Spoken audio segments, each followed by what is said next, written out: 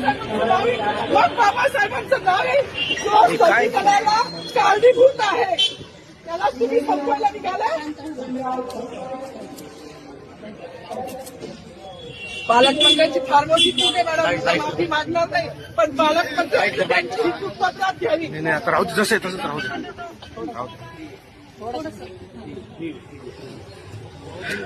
मला मीडियाशी घेणं नाही मॅडम, मला सस्पेंड केलं, मी वाळूचे गाड्या उपसील, मी माती काम करीन, पण बाबासाहेबांची ओळख पुसून येणार नाही. मला सस्पेंड करायचं करू शकता मॅडम. बाबासाहेबाला संपवायचं काम करायचं नाही.